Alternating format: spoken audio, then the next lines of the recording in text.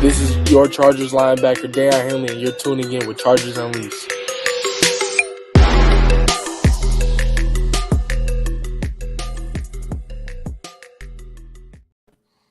Welcome to a special edition of Chargers Unleashed. Jake Hefner, Dan Wolkenstein, and joining us all the way from the Locked On Chargers podcast network, Dave Drugenmeyer and Daniel Wade. Gentlemen, it's been a minute since the four of us have been in the four box for all of us to talk. Now, draft is over with. All eyes are on the beginning of the season. I know we all wish that it was tomorrow, but first off, how the hell are you? And I'm so excited to talk some Chargers football with you guys. I'm so excited. I mean, I'm partially always glad when the draft is over, and then I say, you know what, next season I'm just going to watch these guys when they actually play during the season, and then, you know, the 100 hours of film or whatever, I'm like, no, I'm never actually watching college football again. So now we know what the team looks like. I'm super glad to be here with you guys. It's been obviously way too long. It has been too long, and it's always great to see you guys. Always admire your hustle. I know, obviously, covering the Chargers, it takes a lot of work, and it's always a very interesting situation. But yes, thank God the draft is over. Now we know exactly who the Chargers took, and we know what the plan is and how they are going to work out this season. So, well, and David, we always get to come on after like Deion Henley, right? So it's like, oh my God, we must be pretty fancy people if we get to come on and follow that guest list. They're rolling out the red carpet for us. I'm curious to ask, because you guys have brought it up. You know, finally the draft's over, and Wade, as you were talking about, just like, okay, good. I don't have to watch college football more for that one. At what point do you like say to yourself, like, okay, I'm at the breaking point with watching film on guys? Like, just take me to the draft and just let it be done. I don't want to watch anymore.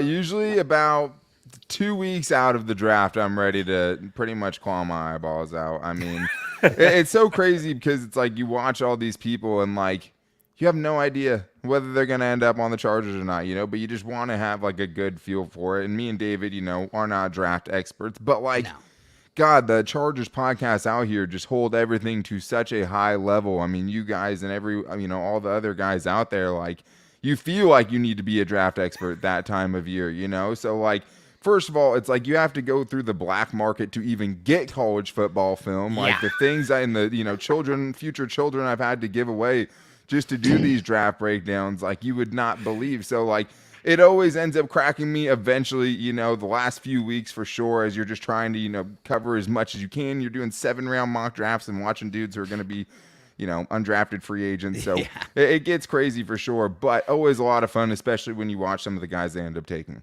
I think it just, for us, because we go 5 days a week and because of the amount of guys that we have to watch, it ends up being 5-6 hours of film on several nights, and that's just how it has to be. And so, yeah, a couple weeks before the draft, it's like, man, all right, I need a day off. Like, I cannot watch any more draft prospects, or else I am going to have to go cry in a corner. Like, when I had to give you the rest of the week off, the undrafted free agents, David. I mean, we were talking about undrafted free agents. Yeah, of course. Like, it was just me. He had to give. For not sure. Himself. For sure. No, we both needed it for sure. But like, I was like, we were talking. I'm like, you know what? We'll talk about undrafted free agents next week. Like, we are not turning on any more college film or anything this week. We'll have to wait. You know, the fans will have to wait for those guys.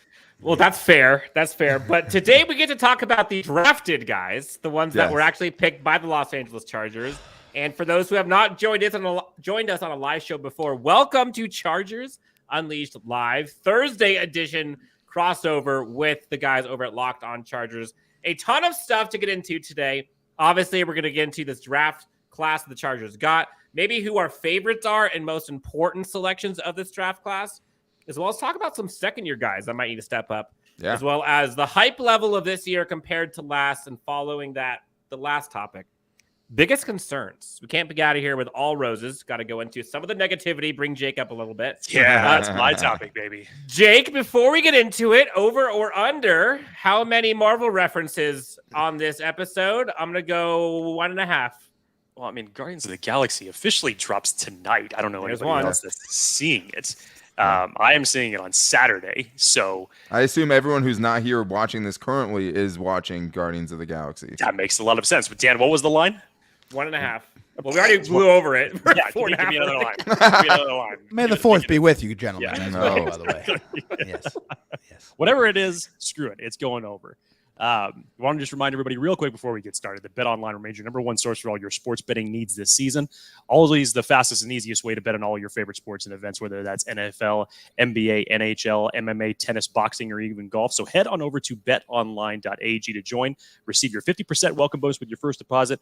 All you got to do is use that promo code BELIEVE. That's BLEAV to receive your rewards. BetOnline, where the game starts. So, live edition. We know how this goes. Folks in the comments watching live, go ahead and give us comments, questions, things you'd like us to discuss. We'll go ahead and do our best to kind of integrate as long as we can. When you guys stop talking to us, we'll stop talking to you. First topic on the board, gentlemen. Lots of folks drafted. Lots of people talked about. Chargers went 7 deep, got 7 guys.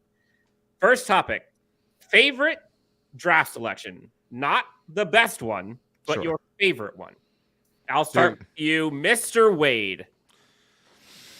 Favorite draft selection. It's tough, man. I mean, it felt like a draft to me where, like, there wasn't a single pick I fell in love with right away, but I ended up as a whole really liking what they put together and really liking pretty much all of their picks, you know, just based on what the role is going to be, less so than the value or perceived value going in. It's hard for me not to say Deion Henley, man, for a few different reasons. I know you guys had him. I don't have to tell you, you know, just how electric, no pun intended, that dude is. I mean, I think on last night's show, I called him the defensive Josh Kelly, right? Like, that's what it seems like. Dude who's just, you know, walking in, beaming, fills up a room with his, you know, attitude. And just like the dude said, bolt up, I think 115 times in his introductory meeting, right? Where with the introductory video to the Chargers, like that dude couldn't be any more happy to stay home in LA, right? And I think, you know, for logical reasons, for practical reasons, like someone to push Kenneth Murray, right? Kenneth Murray going into the last year of his contract, Eric Hendricks in a 2-year contract. So like the Chargers not waiting until it's an emergency need to try to address it, right? You have someone to potentially get in on sub package and things this year. I think his ability, you know, and his elusiveness to get around blocks is something, I mean, probably the tops in this class, but also just having a future at that position, having someone that could potentially take over for Kenneth Murray next year and not waiting to where it's like, okay, we have to spend a first-round pick on a linebacker because we've gotten ourselves in a situation where we have no one to kind of fill that room. Yeah, I think the last time when we addressed this question or answered this question on our own show, I kind of was fighting against my actual true feelings. I think my favorite draft pick in this draft is one of my draft crushes is Darius Davis, the kick returner, punt returner out of TCU. I think I said Thule on another show, on one of our shows, which honestly, it's Darius Davis because he's electric, man. What he's going to bring to the special teams, you know, we've had a guy that was good at kick returning but bad at punt returning. We've had a guy that's good at punt returning and bad at kick returning. I'm hoping that Darius Davis is going to come in here and be electric at both, and I am definitely meaning pun intended. I mean, this is a guy that averaged over 15 yards per punt return in college. Lightning in a bottle. Just unbelievably fast. I mean, you saw the video, I'm sure, on social media where he was running over 23 miles per hour. You can immediately see his impact on special teams and also as a gadget guy in the offense, because if you present this guy with a runway, he's going to run away from every single person on the defense. He has that real speed. We've been clamoring for real, true speed for the Chargers for many, many years, and they finally addressed it. So I'm happy that they have it and that they double dipped at wide receiver. I think that was important as well. So Henley's off the board. We've got Darius Davis off the board. Jake, I'll let you go next, but with Darius Davis, I guess the question for you, I'll let you transition with this. Is he the answer that the Chargers have asked for speed? Because a lot of people have been claiming for speed for months, years at this point. They get Quentin Johnson and they get him. Is that the answer? Like, is that enough? Does that supply what folks have been looking for, or yourself specifically?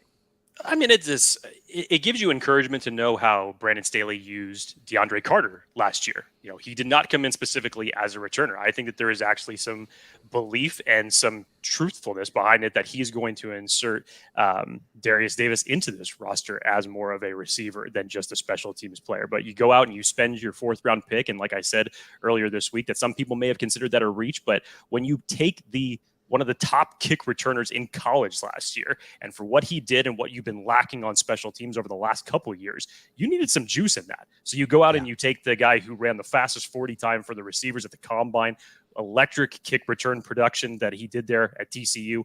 I think it was a fantastic pick. Is it exactly what we need? Obviously, time will tell. But I mean, on paper right now, and I hate to use that phrase, it looks good as it stands right now. So I think that they were, Dan, to take a word from you, responsible with those picks. I think they knew what they needed. I think Kellen Moore has an idea of how he's going to integrate everybody here into this offense. Transition to my favorite pick. It's really a toss-up because I know I've talked about Thule so much, and just as far as the fit goes, the versatility that he brings to this defense, how Brandon Staley is going to use him, I really like the possibilities for that. However, Scott Matlock is really growing on me. Scott Matlock is rapidly growing on me, dude. I just love this guy's attitude. Are you a soul taker as well? I would love to be a soul taker, but I'm not big and ugly and mean and nasty like him, dude. And those are his responsibilities. I will leave those to him, but I'm excited to see what he's going to do, man. As a rotational piece, you come in, you wear 99, you look like Max Crosby's doppelganger. Like, I'm ready to see some nastiness in the middle of this defensive line with him, along with Sebastian Joseph Day, with Austin Johnson, with Morgan Fox. This could turn out to be a really nasty interior defensive line, and I love it. We have Mark Matlock in the comments. I have to ask, is Mark at all related to the other, I don't know, better or worse, Scott Matlock? Mark, let us know in the comments. Are you related, or is this just a fun name that you guys have? Or is he just a Matlock stan? There we go. What is it? Hey, stan accounts are welcome here. You guys took a bunch of them. Honestly, I think for me, since I don't want to double up, Tuipulotu, I think, is one that is probably going to be undervalued at the beginning, but I think is going to be incredibly important for this coming season. We talked about it going into last season, Jake, you and I had said I felt that the edge position was the weakest and most concerning for me in terms of depth. And as soon as one of those two guys, as much as we like Chris Rumpf, as much as like the rest of the guys, they're not those two. And the drop-off between those was glaring when you saw Joey Bosa out.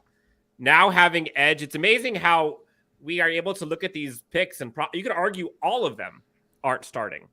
And that's the sign of a quality team. But I think for edge positions specifically with how Brandon Staley's defense is run, that's, I think, what's going to be looked at and probably felt the most on defense. It might not be the sexy one that you see going crazy sideline to sideline, but being able to have a rotation and being able to give these guys some time to where they're not going to get hurt so often or have more opportunities to get hurt as often, I think it's going to be a big one. Let's get into some of these comments real quick. Questions. Apparently, Guardians. Everyone's wanting to see the Guardians movie. Folks want to talk about week 1 stats. We'll see if we can get into that later on in a second. Thomas Costello asks, JJ, what are the odds, or do we stand pat? I'll go with you, Wade. Do you think JJ happens? Oh, do I think it happens? Do I want it to happen? Yes. It's hard, man. I mean, I feel like everything they've put out there is, how much they like the group they have. But at the end of the day, it's 3 deep, right? I mean, it's JT Woods, it's Derwin James, and it's Alohi Gilman. I mean, Raheem Lane, very, very small sample size. Who knows what he does in training camp, right? But it seems like one of the shallowest positions coming out of the draft that wasn't addressed. I would do it. It's so hard to say if they would do it. Lindsey Theory reported before the draft that they were interested, right? That there were some talks, so it shows me at least that they're open to it. I would say yes. I'm going to say yes. Okay. Next question we've got from Prismatic Artistic Magic. This one will go to you, David. Who wins the backup quarterback job, Stick or Duggan? And should we let go of Chase Daniel? Yeah, I mean, I think going into this year, I think it's going to be Easton Stick that's going to be your guy. I think you look at the contract and he's going to have a little bit more money there. I mean, not a whole lot, obviously, but I think that this is a situation to where you have Easton Stick as your backup quarterback and you carry Max Duggan on the practice squad to eventually be that cheap successor for Easton Stick and be your kind of backup quarterback of the future for Justin Herbert. They're not putting Duggan on the practice squad. Also, Chase Daniel's already gone, right? I mean, right. That's what they said. Okay, yeah. Since they let go, I mean, yeah. I don't know if they would risk Max Duggan on the practice squad just because, hey, then he's free game, right? You can protect people. I'm just sometimes. So tired of seeing 3 quarterbacks. I know what you want, David, man. but we've talked about this. We know what's gonna happen. As much as we like it or don't like it, it's what's gonna happen. They're gonna carry all 3 of them, but I think the level playing field of a new offense, does that give Max Duggan a chance? being able to play with his guys. Does that give Max Duggan a chance for the Yeah, backup? it gives him a chance. Yeah, maybe we'll see. Weapon X asks, Mr. Wade is related to Mr. Matlock, right? It's got to be the ginger beard. Yeah, I mean, unfortunately, I'm not a redhead, though. I'm just a red face. So I don't know. I don't think that we're related. I mean, sometimes we have the same crazy look in our eyes, but I also have never snatched a soul, but who knows? You go back far enough, you find some things.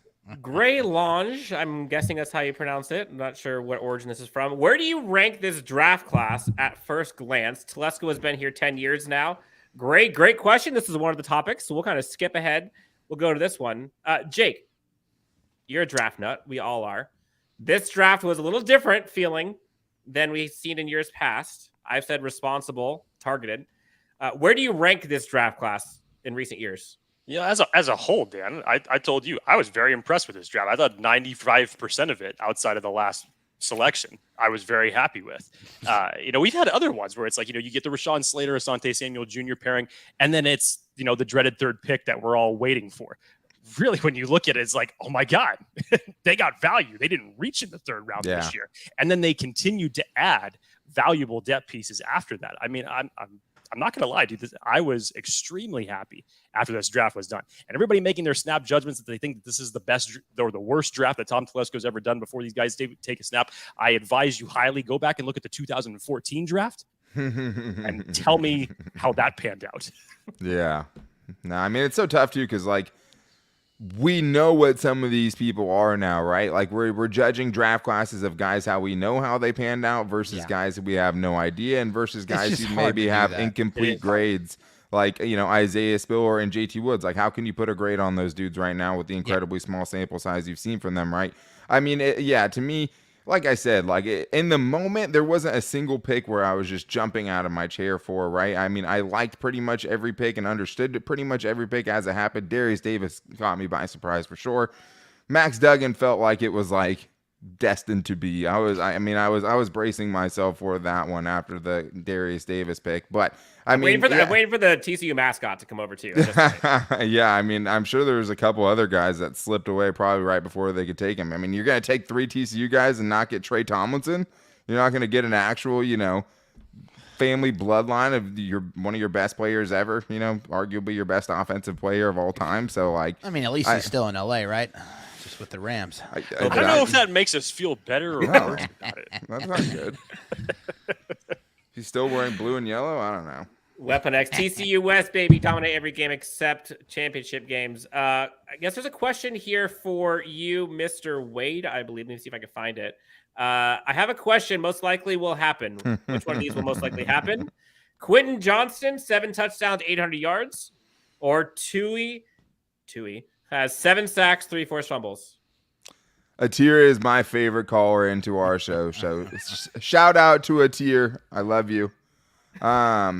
Wow, that's a good question, because I think the thing is here is you talked about how the Chargers went into this draft with no starting positions that they truly needed to fill, right? Like they had, Alohi Gilman, who they felt good about at starting at safety. They obviously felt good enough about Kenneth Murray. Those weren't blatantly open, glaring open spots available, right? And that's weird for Tom Telesco, because almost every draft you go into it, and you know what position he's going to take more than likely, right? In the Asante Samuel Jr., Rashawn Slater year, they needed a corner, they needed a left tackle. Last year, they needed a right guard, right?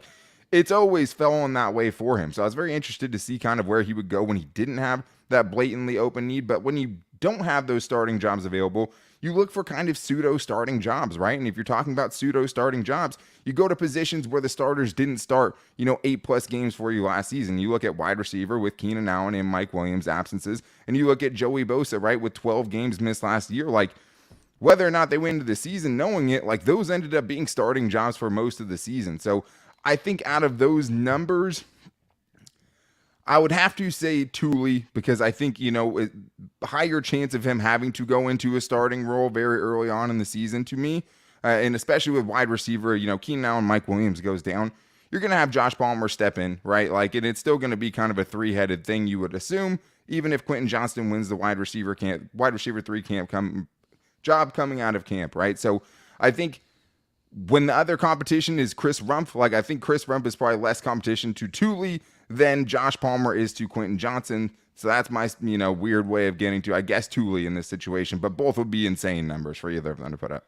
This question is going to go for whoever wants to answer it first. So raise a hand while I ask it. Again, if you guys are watching, tuning in live, hit the like and subscribe. Does a bunch to help us out. Is there any enthusiasm, asked James Wagner, over any of the undrafted free agents? This has been a crazy time these last couple of weeks. So some of us may not have wanted to look and have chosen not to look at UDFAs. Some of us are insane, ridiculous, and have seen some of them. Sure. Who's raising their hand first? That's going to talk about UDFAs. Go. There you go, Wade.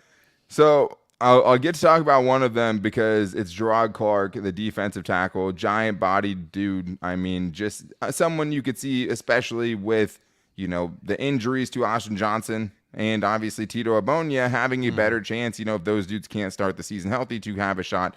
I disavowed him in my pre-draft process because he wore number 15, I believe. It was 15 or 16 at defensive tackle and at 340 pounds. So I said, I cannot do it with this guy. I'm taking him off my list. And I went with a different, seventh round. I think I went with Broderick Martin or someone. That's a very Colin Cowherd take there, Wade. It's always like they're either wearing like short sleeve polos or the hat's turned backwards. Like, no, he's off my board. No, yeah. Number 16 as a defensive tackle. I mean, it's grown on me now because he's on the Chargers and I kind of have to like him to a certain extent. And he's gigantic and I love that for them.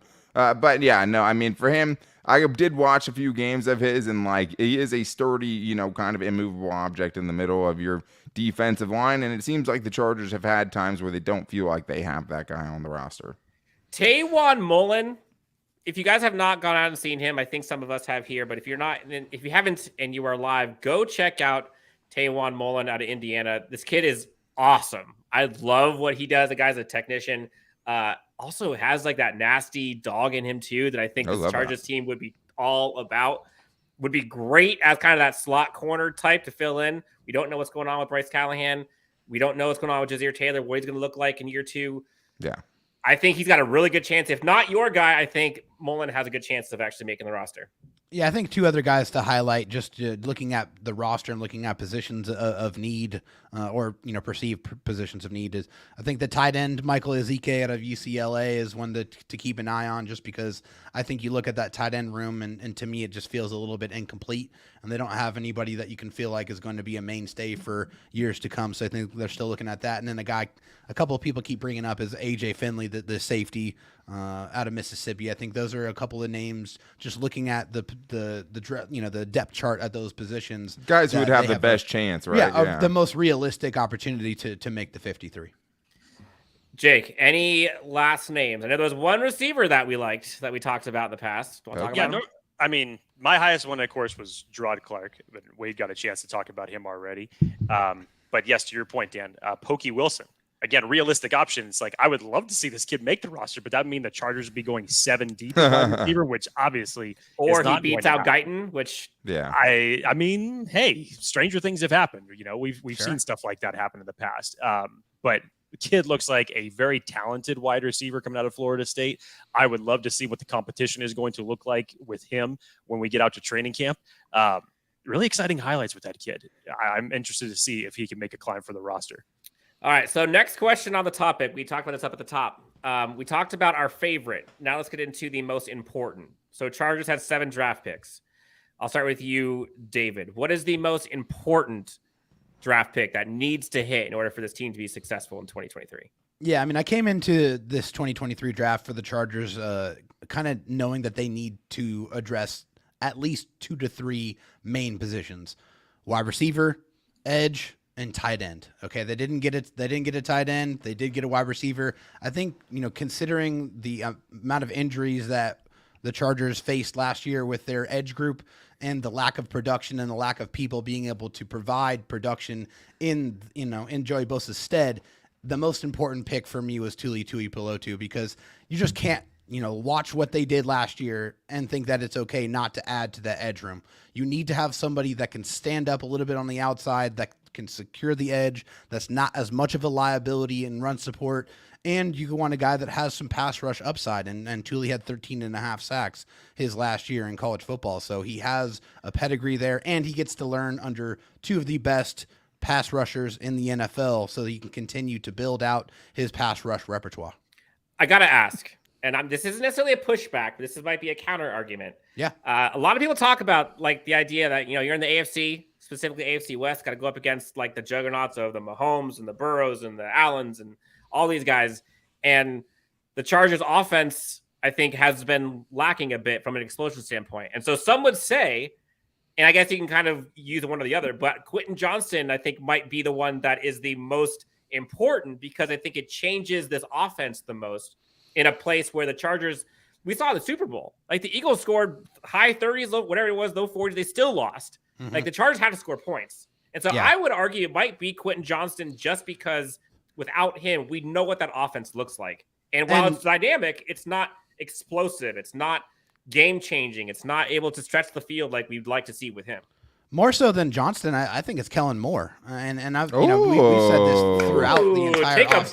Take a bow, David. He wasn't drafted. Joe Lombardi in that offense, you just didn't get enough out of it, and you know that there's another level that Justin Herbert can get to, and Kellen Moore ran one of the top offenses in the NFL over the last couple of years, and a very balanced one as well, a very effective rushing attack and a passing attack that attacked down the football field, and I think that's what you want. That's what you want to see out of Justin Herbert. So the most important offseason addition, honestly, both sides of the ball, it's Kellen Moore to me.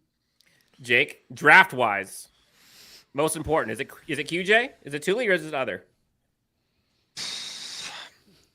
I got to side with the Thule aspect, man, because as points that have already been made already by the three of you guys, the depth behind edge was horrendous last year. And we're all wishing for a very healthy, dynamic duo in Joey Bosa and Khalil Mack this year. But beyond that, you had to find something. Yes, Kyle Van Noy stepped in late in the season, performed admirably, but you expected a little bit more from Chris Rump. Unfortunately, didn't get that. There were some other guys in training camp, Dan, that we saw that thought could bring a little bit to this edge class, but Staley rolled the dice on that, and he only kept 3 true edges on the roster. Obviously, you were able to flex Kyle Van Noy between a linebacker and an edge, so that gave you a little bit of more of a flexibility for a roster standpoint. But you needed some juice behind that. And once Bosa went down, there just was nothing. Khalil Mack was getting double teamed every single week. Triple teamed. Yeah. Opposing offenses were just able to impose their will on this defense. So the upfront pass rush, Chargers need to get to the quarterback. That dictates so much on what impacts the rest of the defense, both at the linebacker spot and the secondary. So to me, in year one, I think that this is Thule's spot to get.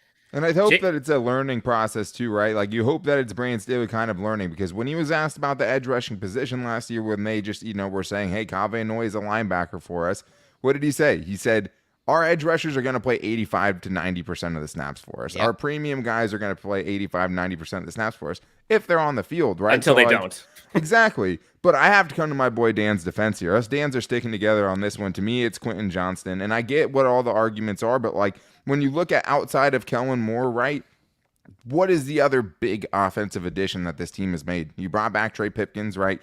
Darius Davis is a huge question mark as far as what he's going to bring offensively, because DeAndre Carter, that, I don't think that was the plan, right? I don't think it was a huge plan for him to be a big part of the offense when Jalen Guyton was healthy, when Keenan Allen was healthy. That's what turned into because of desperation, right? And then credit to the Chargers from learning from that. Now they go 6 deep at wide receiver, right? So, I think that's a spot. Yeah, bringing where Guyton back too is nice.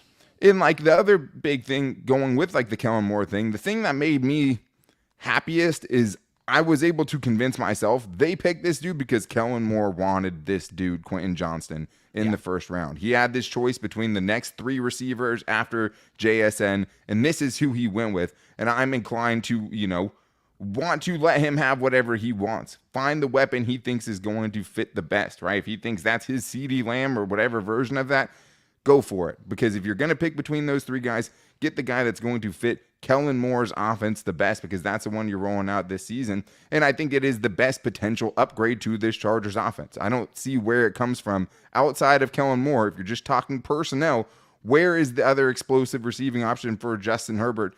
We needed that going into this draft. They had to get it, and now that they got the guy, that one has to work out for this offense for me to go to the next level. Obi-Wan Kavobi. Oh, yeah, we're 6 deep, baby. Got a lot of comments in here. I honestly can't even keep up. Karina's got a bunch of lightning bolts. 741. No, I don't know if I want my wife next to the one that says we're 6 deep. I think there's an answer sign on that. Jorge Rodriguez, shout out. Crossover episode. Super excited. Jacob Sanders comes in. What do you all think happens at wide receiver next season? Do you think Keenan Allen gets extended? Mike Williams gets cut? Jake, we'll go to you on this one. It's a hard pill to swallow, but I think it all but guarantees that at least one of them will not be on the roster next year. Pick your poison on that. I would probably side that Mike Williams remains. He would be the one that stays. And you kind of go back to Josh Palmer filling in the slot role for Keenan Allen, because that looks like that's been the grooming for him this entire time since he's been drafted. And you go back to an offense that reminds you a lot of the Vincent Jackson, Malcolm Floyd days, where you have two big-bodied guys on the outside. You have Josh Palmer who can run the slot, and then however else you're going to reload that wide receiver room in the future. But, sad to say it, I love Keenan Allen. But just the way that everything has gone with all the restructures and him getting up there in age, it just makes the most logical sense that would be the case. I'm going to disagree with you. Well, does it matter what happens this year too, right? I mean, I feel like that could be part of it too. It's a fair argument.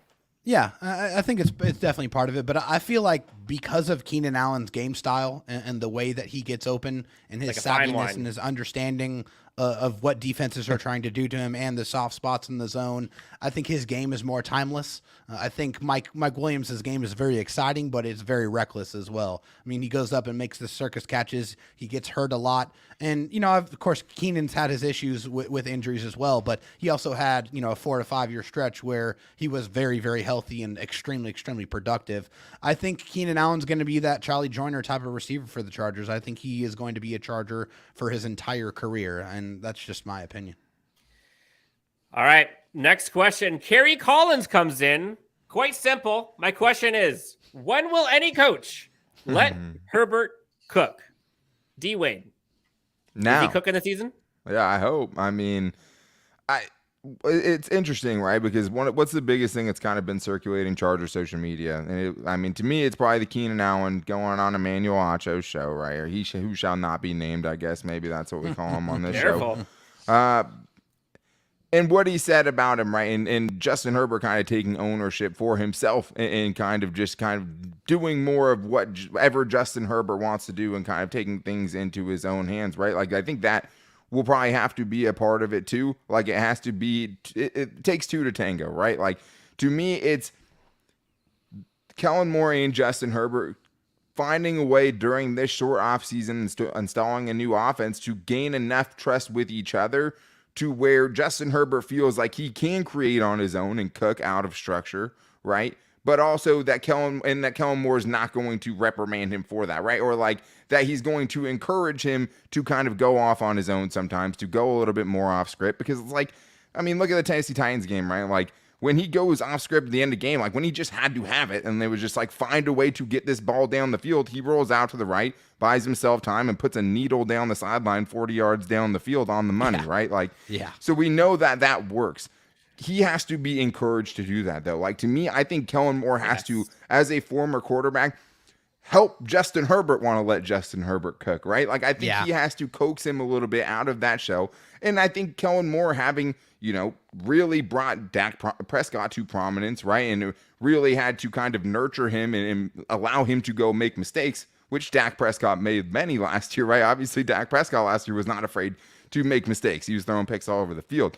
Now he has Justin Herbert. Can he coax him a little bit? Can he bring him out of his show and let him know, hey, I'm going to give you the best ways for me, how I think you should be able to succeed.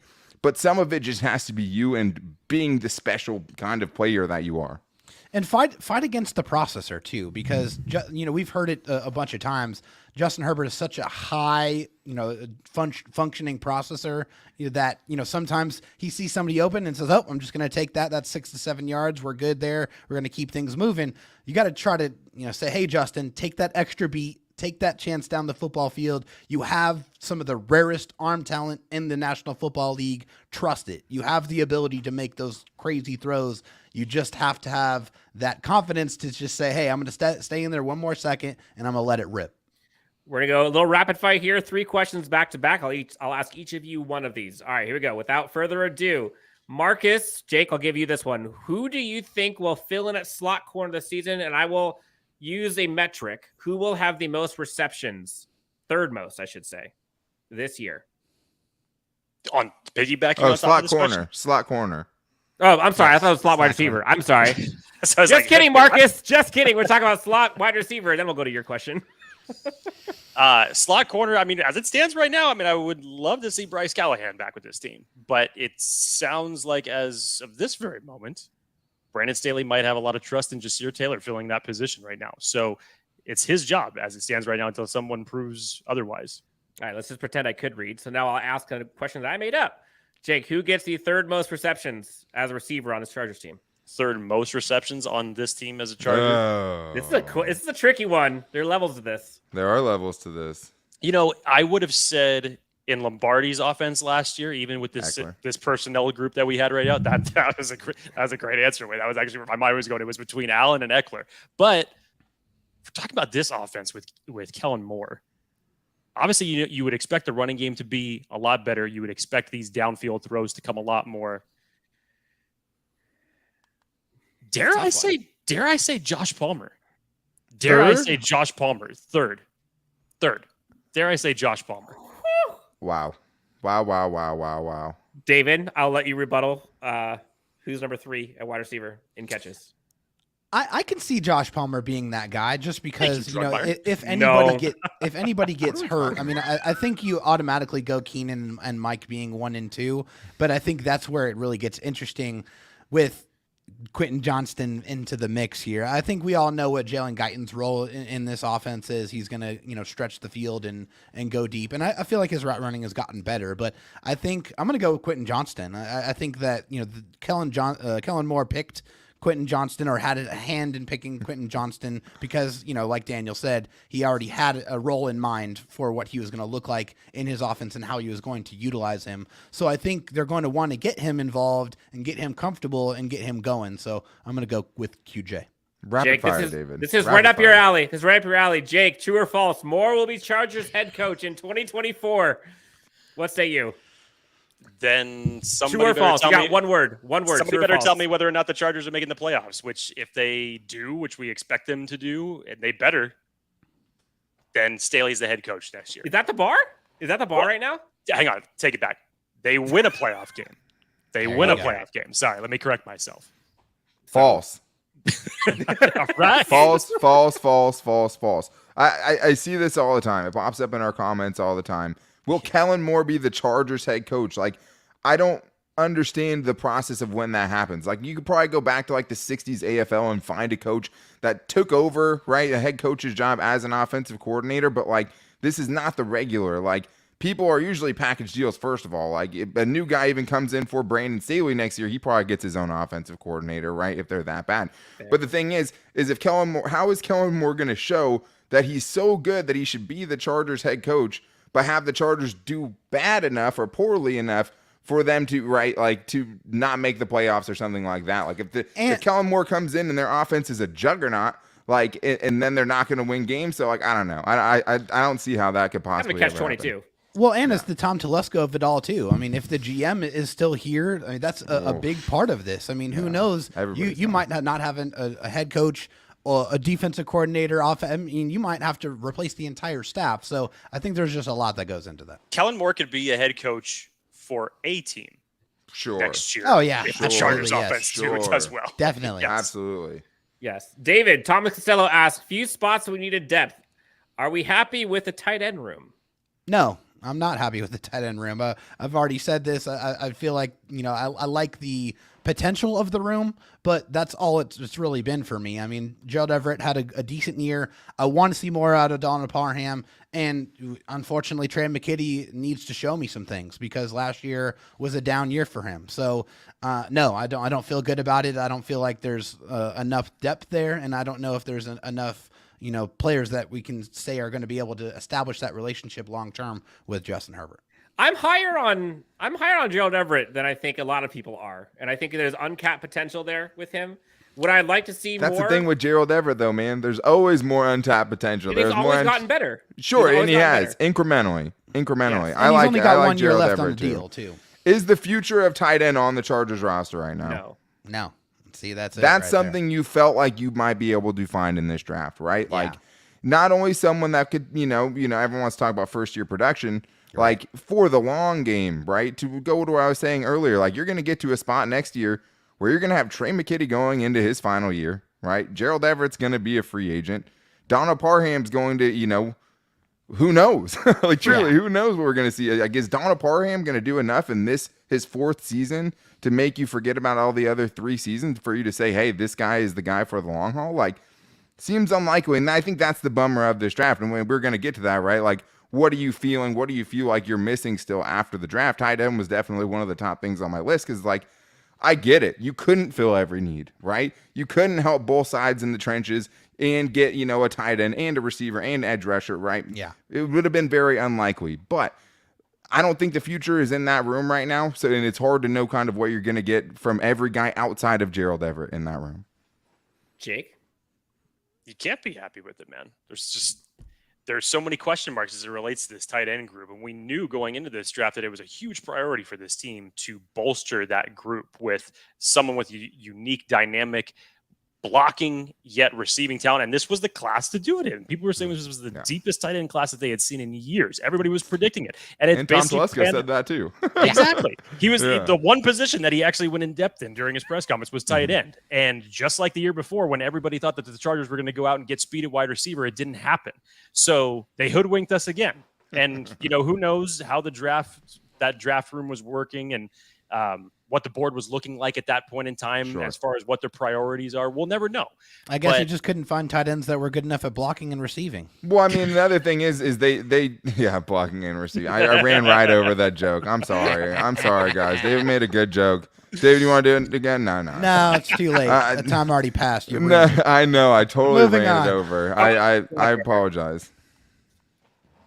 We're going to let that dead silent in there so we can make Daniel feel worse. That uncomfortable silence is now seeping into Chargers Unleashed. Well, like we know that. I mean, they had a chance to take whatever tight end they wanted, right? Like they could have taken Dalton Kincaid or the Michael Bills Mayer. thought they were going to get him. Right. I know that always is fun to hear when you like a prospect. Like, oh, I could have swore the Chargers were going to take that dude. And it's like, Yeah, me too. Don't start with me. Trade up if you wanted him that bad. Yeah. Oh, man. All right, so we're getting into the thick of this, obviously well into the Chargers Unleashed live crossover with the Locked On Chargers folks. If you're watching live, please hit that like and subscribe. Let us know in the comments what you'd like us to discuss, hot topics you'd like us to bring up. We'll go ahead and try to get as many of them in as we can here towards the end. Next question on the docket for you, gentlemen. We're talking about this year's draft. Let's kind of go back a second to last year's draft. Which second-year player needs to improve the most, or whose improvement is most important to this Chargers team? So in context, like we're talking about like a Zion Johnson, does he need to prove the most? I don't necessarily think so, but there are some second year guys that we have not seen or have not seen enough from. David, let's start with you. Yeah, this one's easy to me. It's JT Woods. And it's because it's kind of similar to the tight end room outside of Derwin James. Who else do you feel good about in that room? I just feel like with him, you know what he brings to the table, and you also know what his obvious deficiency is. JT Woods has great range, has phenomenal ball skills, but he can't tackle very well. And that's the biggest problem for him. So I feel like JT Woods has the most to prove, has the most to gain as well. I mean, if he shows that he can tackle, I feel like the way he can cover on the back end, if he can, fix that part of his game, it would be a great pairing with Derwin James. So I feel like if JT Woods comes out here, comes back to play, rededicates himself this offseason, it could be a really big year for him.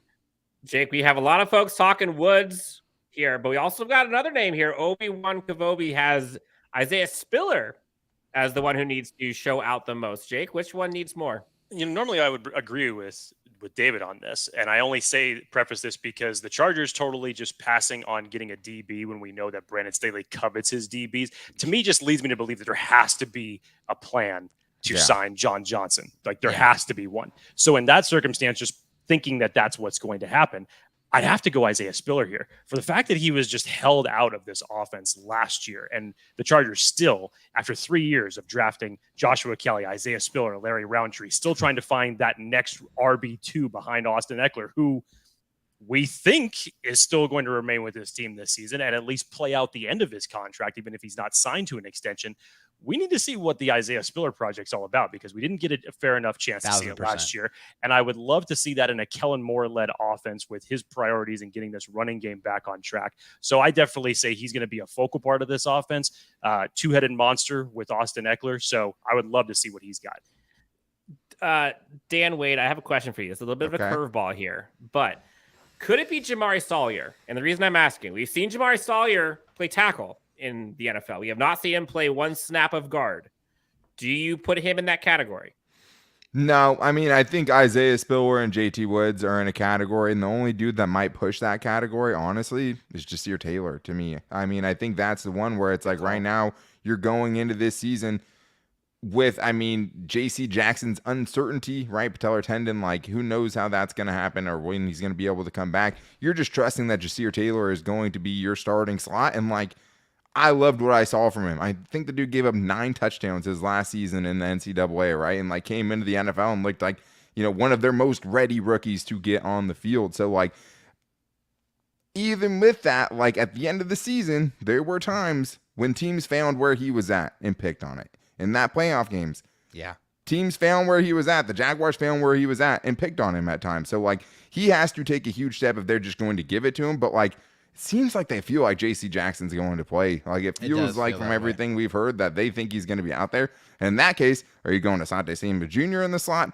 But I think with Jamari Sawyer, like, this is the great thing, guys. Like, obviously, for this year, you need him to be a great, you know, starting right guard for you. Like, you need him to be the guy at that position, because if not him, then it's Brendan Hymus, you know, who knows. It seems like they've been trying to hide that dude for 3 seasons. If not that, then maybe it's Jordan McFadden who's coming in as a rookie. So I think the Jordan McFadden pick is another reason why you feel better about the guard situation and the backup guard situation. But like, Dan, I talked about this literally last night. Like, the very worst case scenario, right, with Jamari Sawyer, if he's terrible at guard, if he's worse than Matt Filer, both those things seem highly unlikely, right? It feels like you're going to get an upgrade almost no matter what at that position with most of that season from Matt Filer. You have like an elite swing tackle. Like, you have a tackle as your swing tackle, right, which is a position people want to talk about all the time. They have their swing tackle. It's Jamari Sawyer to me. And when you have that dude as a 6th-round pick for 3 more years on a rookie contract, like, there's just literally no way that the Jamari Sawyer pick can go bad at this point. Like, you got a guy in the 6th round who's going to give you some kind of value no matter what. And realistically, they may have 2 swing tackles. We don't know what Jordan McFadden looks like, but like that might be the answer there too, where I asked at the beginning of the season, I would love to have this offensive line go 7 deep. And it seems like right now there's 6 deep for sure. I should say 5 deep, 6 deep, hopefully with McFadden. After that, that's where the questions start. And I don't know, but again, Rome wasn't built in a day. Got to figure that out. How, I guess on that note, you mentioned J.C. Jackson. How bullish are we on J.C. Jackson? Do we feel, I mean, all this stuff is looking great, way ahead of schedule from what I've seen. Yeah. Like, what should fans be expecting? Like, should they expect him week 10? Should they expect him training camp? Like, somewhere in between? Like, what do you guys predict? Well, they're saying he's going to be ready for training camp, or they're optimistic that he's going to be ready for training camp. That's basically what Tom Telesco has said. Crazy. I think with an injury of this nature, which is extremely severe, you have to temper your expectations. You got to let him come along. He needs to get his confidence back. He needs to feel like he can go out there and perform without any fear of pain. Because I think that's what it is, overcoming most injuries, right? It's like, when am I going to mentally feel good enough to go out there and just unleash it, to be able to just play my game, not have to think about it, can go out there and play fast. I think you just need to give him some time to show that. I think, you know, hopefully he's ready to play, but you just don't know what version of J.C. Jackson you're going to be getting after that very serious injury. Does this team have an athletic trainer? Can we answer that first? I'd like to know. Do they have a new athletic trainer yet? Because I haven't seen that news roll across the scroll. I mean, it's so tough because it's not just about the patellar tendon injury, which you've seen, you know, has really hindered athletes going forward, or at least there are a lot of cases of athletes not being the same dude after a really serious injury like the one that J.C. Jackson had, right? And then you also have to couple that, Dan, with the fact that when he was on the field, he wasn't good for the Chargers, right? Like, he got benched for Michael Davis. Like, I was as optimistic as anyone else after watching him and what he did last year at training camp. Yeah. That this dude was going to fit right in. He looked great. He was, telling Justin Herbert that Justin Herbert doesn't want to throw his way at training camp because he was afraid to get picked off, right? Like, that's how good that dude was up until the weird, ankle heel surgery, whatever, and like whatever that was. Sure, like a weird, obvious, like growth of some sort, like just something that could only happen to the Chargers, right? Their CB1 they just paid all this money for is now, getting a growth removed that didn't stop him from having 17 interceptions the 2 seasons prior to that one. So, like, that's the hard thing that's coupled with this is not just when he can come back, but like, can he come back? Can he start again? And can he actually look like the player he was before when he was with Bill Belichick in New England? Like, that's a lot of layers to that. Now, we got 2 more topics here. One is going to be more in the positive nature. One is going to be more in the negative nature. Jake, I will let you decide. Positive first or negative? Why would you give it to him? You know what he's going to say. Right. I mean, knowing him, you know what? I'm going to say this. We'll end it on a very lighthearted note. Okay. So go ahead and give me the negative one first. Smart man. All right. So everything's all peaches and cream, all roses. There are some concerns. We've talked about the tight end position being a level of concern for us. Let's talk about concerns moving forward between now and week 1. Dan Wade, start with you.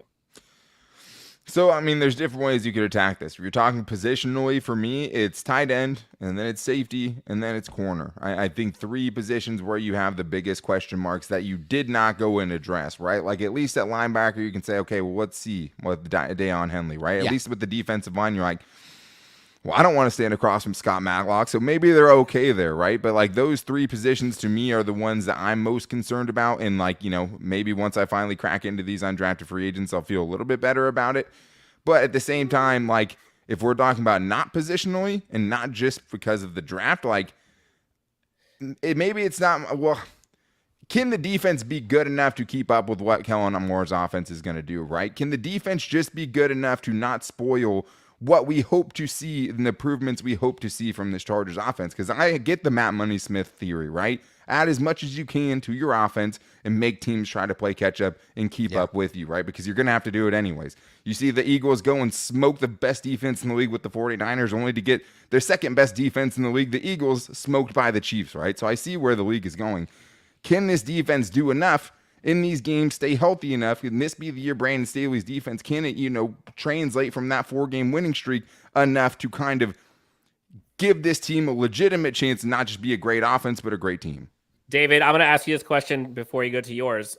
What is good enough for the defense, statistics-wise? Like, where do they need to be? Yeah, I mean, I think it's hopefully just a run defense that's a middle of the pack. I would be happy about. I mean, that would be phenomenal. I think I'll take that. Just the last couple of years, every single team came in saying, I know I can run the football against the Chargers. I am going to impose my will, and there's nothing they can do about it. And when you can run that effectively, your play action game is so much more effective because those boxes are going to be light. Then they're going to be heavy when you get ran all over. Then you're going to get hit over the top with the play action. So I just need to get some better production out of that rush defense. If you got a Joey Bosa and a Khalil Mack that plays 10, 12 games, your run defense is going to be much better just by itself with what those guys are able to do against the run and as pass rushers getting after the quarterback. I just think, man, just give me middle of the pack run defense and I will be a very happy camper. Jake, I know there's a laundry list. Let's hear it. It's the defense for me, Dan. It is, dude. It comes back to it. I understand everything that looks like it's set up right now for the offense very, very well. You can go out and you can execute a nice plan. But it's just every time that the Chargers felt like they did something positive last year, it's just like, okay, let's see if we can hold this lead now. Nope. The team would go right back down and make it look easy and put it up on the board where the Chargers literally had to just get into shootouts, even if they were short games that felt like that.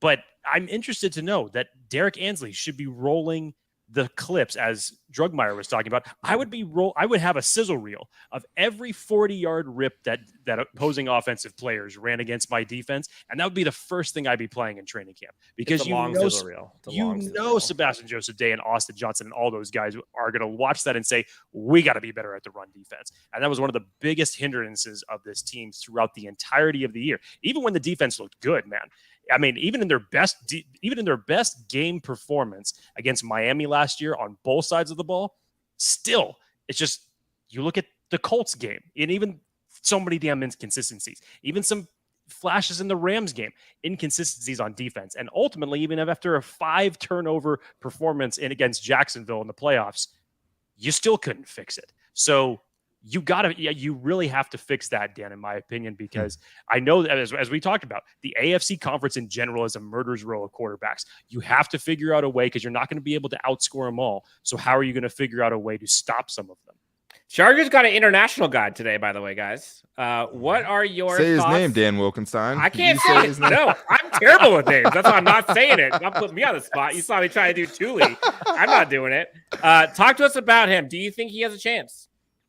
I mean, I think if you're going to go to an NFL team, go to the team that has one of the longest storied traditions of keeping undrafted free agents. Go to the team that kept Storm Norton and Donna Parham from the XFL, right? I mean, the craziest thing is like now that Gerard Clark's in the room, now you got crazy ass Scott Matlock in the room. Like that looks like it's going to be an incredibly heated training camp battle. Not even to talk about Christopher Hinton and, David Moa, guys who were getting snaps at the end of the season last year. And not only that, but like the depth that they could get on the practice squad because of whatever the fallout is at that position. That is an incredibly thick position, or deep position, girthy position, whatever kind of word you want to use for it.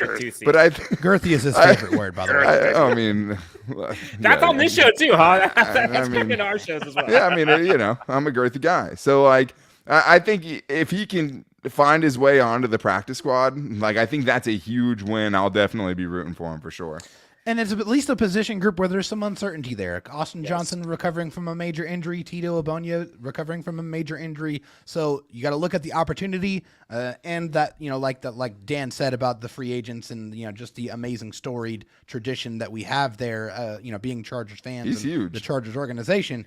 Like the defensive line is a position group where, if you're good enough, you could crack the 53 or, make the practice squad. So, yeah, there's a chance there. I'm going to do my best here. I'm going to butcher this. Is it Basil Okoye? I think you're pretty close there. I feel like the Okoye part, like we've seen enough Okoyes in the NFL to feel good about that one, right? So I feel like that's good. I'm going to go with Basil. Basil. Ooh, that sounds better. Okay. I know, there's some French African names, you know what I mean? That's what I'm going with. Very true. Very true.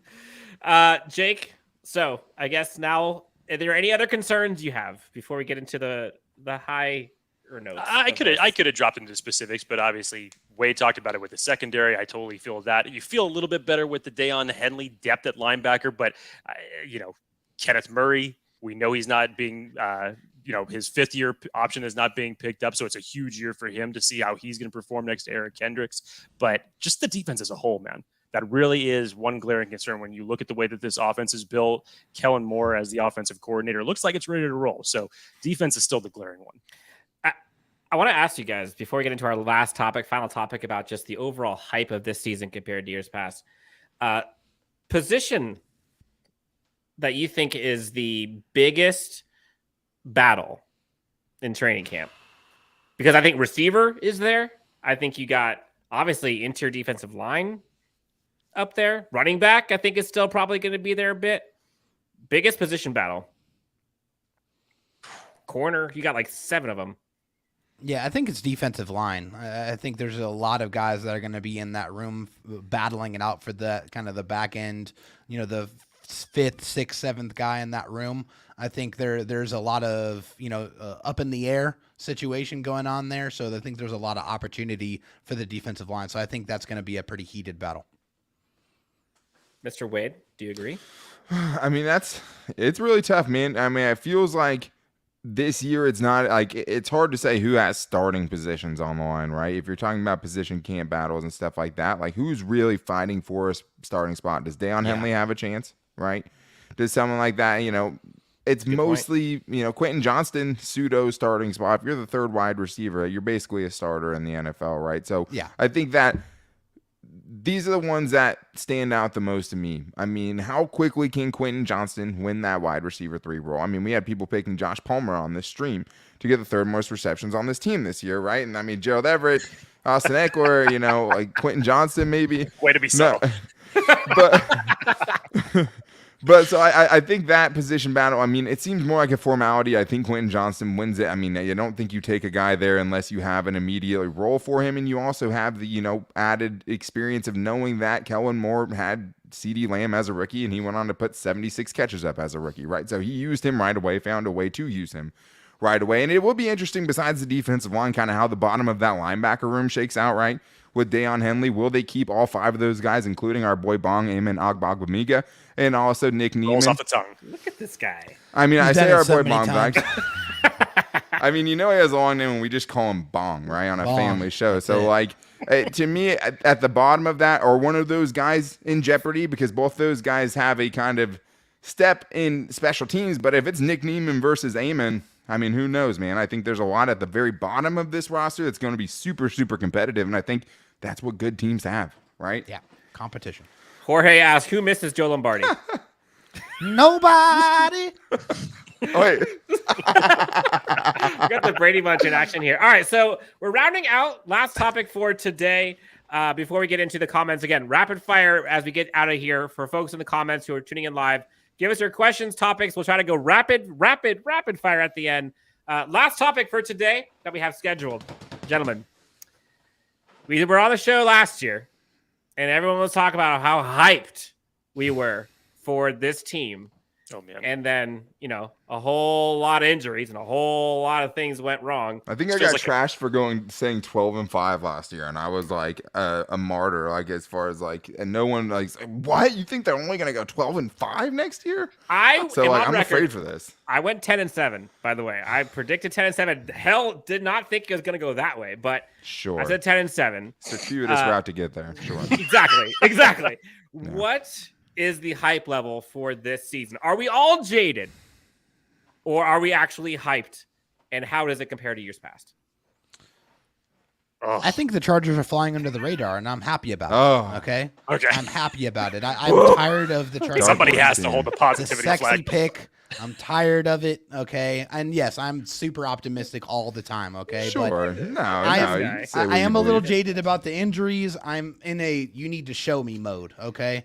So I'm happy that they're not the sexy pick. I'm happy that they're flying under the radar a little bit. Show me what you can do. I know the talent is there. Go do it. Say that last line again for me, Drugmeyer. I know the talent is there, but you got to show me. Go do it. It sounds like, Los Angeles Chargers. I know the talent's there. Now show me. It sounds like the title of a documentary. On paper? Yeah, on paper. On paper, or something like that. Something that we've been saying for the last, better part of a decade. Yeah, I've removed that from my brain in regards to the Chargers, so it's no more on paper. It's show me on the field. Right. That's it. Dan, I almost feel like you asking this question is a little bit of the kiss of death, and I hate this. It's like when you ask me, it's like, hey, bold predictions, Jake. What's the score going to be? Type of thing. I hate this type of question because right now, yes, it's perfect. But you have a chance to say how terrible you think they're going to do. This is like your soapbox moment. But it's tough. Literally, the draft was last week, so of course, all of our emotions are way high right now. We haven't even seen these guys take a snap yet. But I mean, it's hard even now to not escape the on paper agenda here. But if we were to say that if health is on their side, and for what we believe that Kellen Moore is going to do to this offense, because it was a severe hindrance to this team the last 2 years, you have to feel somewhat optimistic for it. So, and again, we're talking about a tough AFC West conference. We can't say it's going to be just a cakewalk and the Chargers are going to be able to score all these points against everybody. So I'll tell you what, Dan, I'll go one game better than I had predicted last year. And I'll even give you a damn prediction for it. Wow. How about that? Who is this guy? All of a sudden, he's that? optimistic. This is weird. Hey, we're in May, bro. The draft just ended. You talk to me in 3 weeks from now, this could be a whole different trip. Are we more hyped this year at this time than we were last year? Absolutely not. No. Absolutely not. Last year was the height of hype. Yeah. Right? I mean, it was the money was being spent. Tom Telesco had lost his mind. We're signing all these guys left and right. 8 draft picks, the most cap space in the NFL. They won the offseason last year. And I think that's where I would somewhat agree with David on this as far as flying under the radar is like, that was the maximum hype they could get, right? And I think the lack of hype this year is because we're seeing almost the same squad with very, very key differences, right? Like Kellen Moore is a huge addition in my opinion, right? Quentin Johnson could be really, really big for this team, but like for the most part, they're running it back, right? They're restructuring, they're keeping the core guys together, and they're running it back. So last year they were the hype team. I think there's less hype going into this year, but there's zero doubt in my mind that the Chargers should absolutely be a better football team than they were last year, and that banged up team went 10-7. So I'm hyped. You always know how hyped you are when you end it with a I'm sentence. There it is. Yeah. Execution was beautiful there, Dan. I got to give you credit for that one. Take it back. The one thing that I will say about this year versus last year is we said it for a while. I think the issue with this Chargers team, and it's been this way probably for the last 5-10 years, has been it's not about the top end guys. It's always the underbelly of this roster where when those top end guys miss time, can the underbelly take over for them and it not be such a steep drop off? And unfortunately, the answer last year was no. This year, this whole entire draft looked like it was targeted for the underbelly of this team. That was not the case last year or years past or last year in free agency. All the guys we got were starting guys. Jamari Sawyer, Jasir Taylor would probably beg to differ, though. But I'm talking J.C. Jackson was brought in. Bryce Callahan was brought in. Kyle Van Noy was brought in. All these guys are brought in to fill a starting role. Right now, what starting role is there to fill other than John Johnson possibly coming to this team? Yeah. So on that's paper, what I'd gives me say optimism. 0. Oh, someone in the comments, shout out to one of our listeners, one of our viewers, who said, how many Super Bowls have the Chargers won on paper? And my answer to that would be they're the New England Patriots of on paper Super Bowls. Of the decade dynasty, if you will. Thanos, baby. We got all of the Infinity Stones there, man. Oh, man. All right, guys. This has been super fun. Gentlemen, thank you so much for doing this. This has been a lot of fun. Before we get out of here, tell us about what you guys are working on. How has your draft coverage been? Are you able to relax now? What's new for you guys coming up? Well, I mean, thank God the draft coverage is over. We will be talking about undrafted free agents late, but better late than never. But hey, man, we have a lot of stuff. We're every day, wherever you get your podcast and on YouTube. And, this is the time where we start really having to get into the nitty gritty of what we are going to talk about. And I think that's when a lot of the weirdness comes out and sometimes leads to the best shows for us. So a lot to get into for sure. And a really, really exciting season, right? I think, besides Jake, we're all pretty hyped about the Chargers right now. So, a lot to be excited about. Indulge in as much Chargers content as you possibly can. Just truly throw yourself into it. There's so much good content out there, so many good content creators in this community. And I'm just, really proud of you guys and like how much you guys have grown during the process of when we knew you. David, Dan Wolkenstein was watching me run 40-yard dashes at SoFi Stadium only a couple of seasons ago. I pulled my hammy doing that. Oh, yeah, we all did. We all did that day. I ran like a 5.2 flat. It was fine, but that's not the point. The point is I'm really proud of you guys. I appreciate you having us on the show, and I think there's going to be lots and lots of content for you guys to all dive into during this offseason. It's a very exciting time, I think, to be a Chargers fan. Dan Wade's running a girthy 5.240. David, what's up with you? Yeah, well, hey, just like Dan said, man, we're every single day, Monday through Friday. So, we're going to be cranking out the off-season content. We're going to be looking at position groups. We're going to be looking at hopefully a John Johnson signing. We're going to be covering everything. So rookie minicamp, you name it, whatever happens with the Chargers, it will be talked about on the Locked On Chargers podcast. How much lighter do you feel, dude, now that you're that clean-shaven face and that beard's gone? Bro, it's so funny because every single time I shave my face, there's at least 2 to 3 comments that say, who is this guy? Where the hell is the beard at? Right. And who is this guy? Did you get a new host? I'm like, and also that you've lost weight, though. You get that comment a lot now. That's a good one to get. Which is awesome, but I'm here to tell you that I haven't lost. I was gonna say, is it true? Don't tell anyone that at all. Don't tell anyone that. I appreciate it. It's wonderful, but I have not lost any weight. Well, you look beautiful. I agree. Jorge Rodriguez in the comments. I don't know how Locked On posts episodes every day. You guys get real creative. If you guys do not follow and subscribe to the Locked On Chargers, they have so many fun topics, so many interesting discussions. They do fan questions as well. They do mailbags, I think, every week, guys. Yeah. It's hard to do 5 shows a week and have new, fresh content. And these guys do it in spades. They've been covering the Chargers, for 8 seasons now? 8 seasons now. Yeah, we're about to go into our 8th. Yeah, long time. Most And people just aren't built that way. Most people you can guys never are legally handle it. married then. Yes. But yeah, by those standards, yes. Well, I was saying, Jake knows me from way back when I was sir. doing pregame shows on a couple of other shows. Man, that was 10 years ago. So, I mean, we've been in this content creating game for the Chargers for a very long time. We all stuck through it and stuck through way worse seasons than you new Chargers fans have had to deal with, right? Where were you for 4 and 12? Where were you for 5 and 11? What does Phillip Rivers do with that beat up roster last year? I saw some 4 and 12 and 5 and 11 seasons, right? I love Phil. Never mind, I take it back. He's my fave. You can find the guys over at Locked On Chargers on podcast on YouTube. Please go check them out. Help them, support them. You can find David at DroTalkSD. You can find Daniel Wade, the girthy Daniel Wade, at Dan Talks Sports. You can find Jake, his forward hat, optimism and pessimism, but more optimism on this episode than I've ever heard before. I mean, don't get used to it. I know. We bring it out of him. It's only May, dude. It's only May, dude. Find him at Jake D. Hefner. Guys, gals, thank you so much for tuning in to Chargers Unleashed Live. This has been a ton of fun. Can't wait to do it next. We'll talk to you next time on Chargers Unleashed. Bye.